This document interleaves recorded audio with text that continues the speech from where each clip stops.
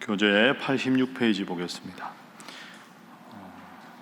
6월절 엿새 전 예수님께서 베다니에 계실 때 마리아가 향유를 들고 예수님의 발 위에 붓고 머리털로 그 발을 닦습니다. 이 모습을 본 가룟 유다는 비싼 향유를 낭비하였다며 마리아를 비난합니다. 그 즈음 대제사장들은 예수님은 물론 나사로까지 다시 죽이려고 모의합니다. 하지만 예수님께서는 당당하게 예루살렘으로 어린 나귀를 타시고 입성하십니다. 예수님께서는 예루살렘에서 자신을 찾아온 헬라인들에게 곧 있을 십자가 죽음과 그 영광에 대해 말씀하십니다. 또한 믿지 않는 무리들에게 있을 마지막 날의 심판에 대해서 말씀하십니다. 예수님께서 이제 십자가에 달려 돌아가시기 전에 있었던 일들을 쭉 설명합니다. 예수님 발에 마리아가 향유를 부은 사건부터 또 예수님께서 자신의 죽음에 대해서 미리 예고하시는 그런 장면까지 오늘 본문에 나옵니다. 자, 앞부분 보겠습니다. 12장 1절에 보면 예수님께서 죽은 사람 가운데 살리신 나사로의 그 동네입니다. 자, 그 중에서 여자 형제 마르다와 마리아가 있었습니다. 자, 3절 말씀을 우리 함께 읽어보겠습니다. 마리아는 지극히 비싼 향유 곧 순전한 나드 한 근을 가져다가 예수의 발에 붓고 자기 머리털로 그의 발을 닦으니 향유 냄새가 집에 가득하더라. 아멘. 나사로는 죽었다가 살아난 사람 아닙니까? 그 나사로의 여자 형제가 마르다와 마리아였습니다. 성경에 보면 예수님께서 제일 마음 편하게 드나드셨던 집이 나사로와 마르다와 마리아의 집입니다. 근데 마르다와 마리아가 믿음이 참 좋은 여인들이었죠.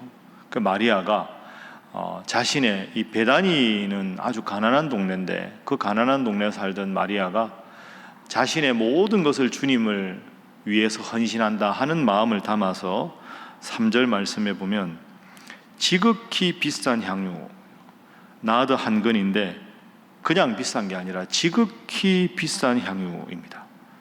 그러니까 베다니는 가난한 동네, 가난한 사람인데 지극히 비싼 향유를 예수님의 발에 부었다. 그리고 자기 머리털로 그의 발을 닦았다. 이 머리털로 발을 닦았다 하는 것은 나의 가장 소중한 것으로 가장 먼지가 많이 묻는 신체에서 가장 불결한 부위를 닦았다 하는 것은 내 목숨을 다해서 당신을 사랑하겠습니다, 섬기겠습니다, 이런 뜻이죠. 그러니까 마리아가 정말로 목숨까지 다 바쳐서 저는 주님을 사랑합니다 하는 것을 보여준 행위가 바로 이 행위입니다. 그런데 이제 이게 워낙 비싼 향유니까 이 일을 행하는 걸 보고 가룟 유다가 어떻게 말하는지 보십시오. 자, 4절에 보면 제자 중 하나로서 예수를 잡아줄 가룟 유다가 말합니다. 이 향유를 어찌하여 300데나리온에 팔아 가난한 자들에게 주지 아니하였느냐. 잘 아시는 대로 한 데나리온은 노동자 하루 품삯입니다. 300이라는 단어는 그냥 크게 보면 1년을 말하는 겁니다. 여러분, 우리가 일을 해도 휴일이 있고 뭐 휴가가 있고 이렇게 빼다 보면 365일 중에서 열심히 일하는 날을 대략 300일 정도. 그러니까 마리아가 값비싼 나두 향유 옥합을 깨뜨려서 예수님을 발에 붓고 머리털로 깨끗하게 씻었는데 그것은 1년간 열심히 일해서 벌어들인 돈에 해당되는, 감히 상상해 보십시오. 이게 얼마나 비싼 건지. 그러니까 왕이라야 뿌릴 수 있는 향유가 이 나드 향유입니다. 가룟 유다가 바로 말하죠. 아니, 가난한 사람들에게 줘야지 말이야. 저 한 번 쓰고 허비하는 저 아까운 돈 어떡하냐. 5절만 보면 그럴듯합니다. 그럴 수도 있지요. 그런데 그게 아닙니다. 6절. 자, 6절 함께 읽습니다. 시작. 이렇게 말함은 가난한 자들을 생각함이 아니요 그는 도둑이라 돈괴를 맞고 거기 넣는 것을 훔쳐가미르라. 아멘. 그러니까 정말로 가난한 사람을 위해서 그런 게 아니라 이제 그 예수님하고 제자들 사이에서 돈을 맡은 사람 아닙니까? 저걸 나한테 줘가지고 뭐 좀 써라 이러면 내가 슬쩍 이렇게 내 몫을 챙기고 할 수 있을 텐데. 그러니까 큰 돈이 쓰이는 걸 보니까 욕심부터 발동을 한 거죠. 그래서 분명히 그는 도둑이라 그걸 훔쳐가려고 돈이 아깝다 이렇게 말을 한 거죠.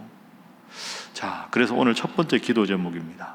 모든 일을 은혜 안목으로 바라보게 하소서 하는 것입니다. 모든 일을 은혜 안목으로 바라보게 하소서. 5절은 철저하게 경제 논리입니다. 300데나리온을 팔아 가난한 사람들에게 주어야지. 이 말은 틀린 말이 아닙니다. 일면 맞는 말일 수도 있지만 마음이 잘못된 거죠. 그리고 이런 마음으로 한 말이기 때문에 설득력이 없습니다. 예수님 보십시오. 7절에 가만두어라. 내가 좀 있다가 죽을 것이다. 나의 장래할 일을 위해서 특별히 한 일이다. 그러니까 예수님이 매일 여인들이 돌아가면서 이렇게 향유를 부었다면 예수님이 그걸 기뻐하실 분이 아닙니다. 가난한 사람들을 사랑하니까. 그런데 오늘 이 일은 특별한 의미가 있는 겁니다. 예수님께서 돌아가실 것을 준비한 특별한 의미가 예외적으로 있으니까 그걸 인정한 거죠. 그 두 가지 안목이 있지 않습니까? 가룟 유다는 저걸 팔아라 가난한 사람들한테 줘야지, 경제 논리고, 예수님은 영적인 안목으로 이 마리아의 행동을 해석한 겁니다. 여러분, 그렇습니다. 모든 걸 경제 논리로만 해결할 수 없습니다. 이게 참 중요하죠. 교회를 하다가 보면, 아니면 여러분이 하는 일도 모든 일이 경제적 관점으로 다 해당되는 게 아닙니다. 이게 지금 팔면 비싸니까, 아니면 지금 팔면 값이 떨어지니까, 돈이 없으니까, 그게 아니죠. 교회도 성도들도 경제적인 관점이 필요하지만 그게 1순위가 될 수는 없습니다. 하나님이 이 일을 하는 걸 기뻐하실까?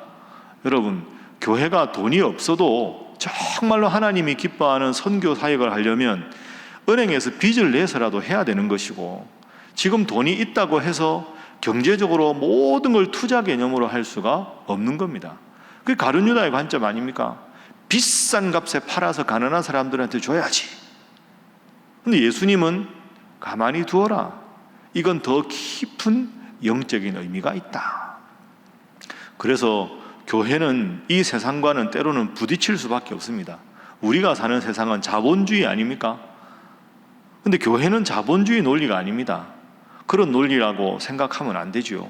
가난한 사람도, 좀 부족한 사람도 똑같이 예수님께서 그분을 위해 십자가에 죽으셨는데, 모든 인간은 다 같은 가치를 가지고 모든 일은 주님께서 보시는 은혜의 관점으로 해야 되는 겁니다. 그러니까 교회가 1등만 지향하는 게 아니고, 선착순의 논리는 교회 논리가 아닙니다. 좀 더디 가더라도 뒤에 처지는 분 없도록 함께 이렇게 돕고, 뒤에 처지는 분, 선두가 보폭을 조정하더라도 뒤에 계신 분들 낙오하지 않도록 다 함께 가고, 실족하는 분 없게, 뻔히 이 길이 지름길인 거 보이지만 때로는 성도들이 부담스러워하면 조금 더디 가면서 하나님의 한 마음을 다 주실 때 함께 가는 게 교회지, 너무 모든 걸 빨리 경제 논리만 보고 탁탁탁 하는 게, 그게 교회가 해야 될 일이 아니라는 거죠. 가만히 두어라. 이 마리아는 누구도 할 수 없는 고귀한 희생과 섬김의 모범을 보였다, 이렇게 말합니다. 여러분, 우리가 자본주의 사회에 살아가지만 항상 모든 일이 경제 논리가 아니라 하나님이 이 일을 기뻐하시는가, 하나님이 이 일을 미워하시는가, 그 관점에서 여러분의 모든 일거수일투족을 결정하는 여러분들 되기를 주님 이름으로 부탁합니다. 자, 그 다음에 말씀 보겠습니다. 예수님께서 스스로의 죽음을 생각하십니다. 20절 이하의 말씀 보시죠. 우리가 잘 아는 유명한 구절입니다. 자, 24절, 25절 말씀, 24절, 25절 두 절 함께 읽겠습니다. 내가 진실로 진실로 너희에게 이르노니 한 알의 밀이 땅에 떨어져 죽지 아니하면 한 알 그대로 있고 죽으면 많은 열매를 맺느니라. 자기의 생명을 사랑하는 자는 잃어버릴 것이요 이 세상에서 자기의 생명을 미워하는 자는 영생하도록 보전하리라. 아멘. 두 번째 기도 제목은 주님을 위해서 희생하는 삶을 살게 하소서 하는 겁니다. 주님을 위해서 희생하는 삶을 살게 하소서. 참 이 고백이 어려운 고백인데, 한 알의 밀이 땅에 떨어져 죽지 아니하면 한 알 그대로 있고 예수님의 십자가를 상징하는 거 아닙니까? 죽으면 많은 열매를 맺는다. 내가 십자가에 죽어서 온 인류를 위한 구원자가 되는 것이 아버지 하나님의 뜻이다. 25절, 자기의 생명을 사랑하는 자는 잃어버릴 것이요 이 세상에서 자기의 생명을 미워하는 자는 영생하도록 보전하리라. 그 삶의 1순위가 예수님께는 하나님의 뜻을 이루는 것이다 하는 겁니다. 그렇죠? 자기 생명만 생각하면 예수님이 십자가에 달려서 돌아가실 수가 없는 것 아닙니까? 그래서 하나님의 영광을 위해서 이 땅에 왔다. 인자가 온 것은 섬김을 받으려 함이 아니라 뭡니까? 섬기려 하고 자기 목숨을 많은 사람의 대속물로 주려 함이니라. 그 예수님은 죽으셨지만 부활하셔서 위대하게 되신 겁니다.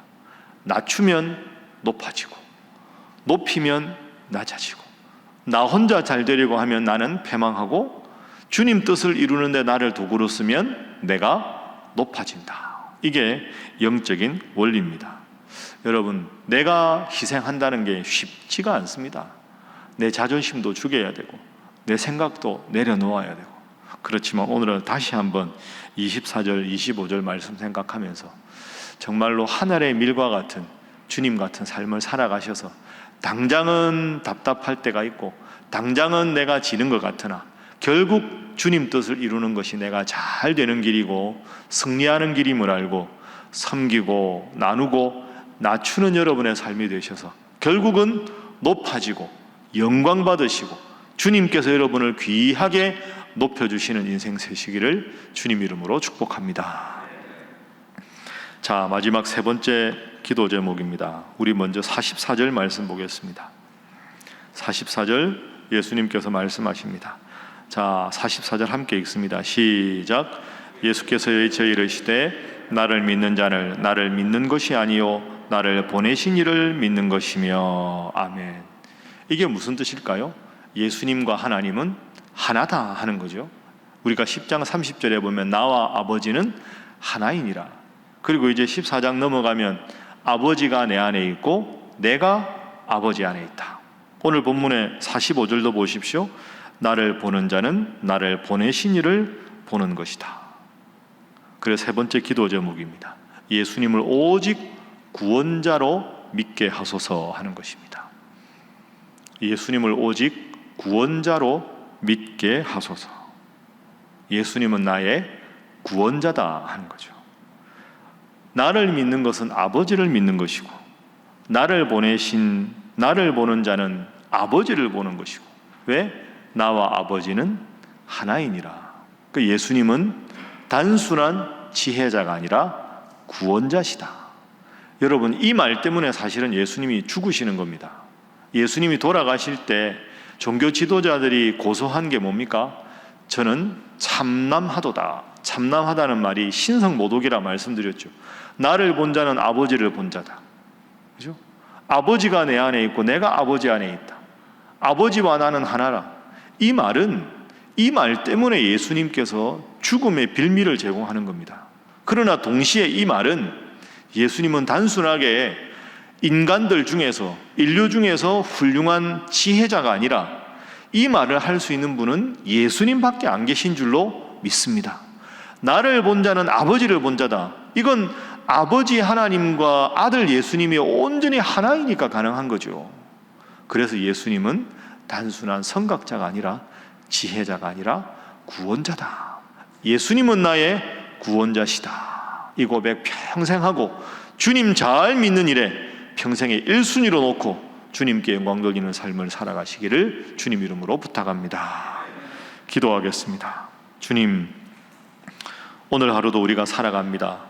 주님께 영광 돌리는 일에 최선을 다하게 하시고 주님의 영광을 위해서 나를 더 낮추어가는 삶을 살게 하시고 예수님을 오직 구원자로 믿고 따라가는 자 되게 하여 주시옵소서.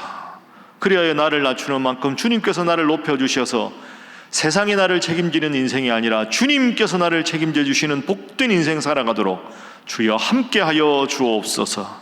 그런 우리 신일교회가 되게 하여 주시옵소서. 함께 기도합니다. 주여 믿습니다. 주여 믿습니다. 주여 믿습니다.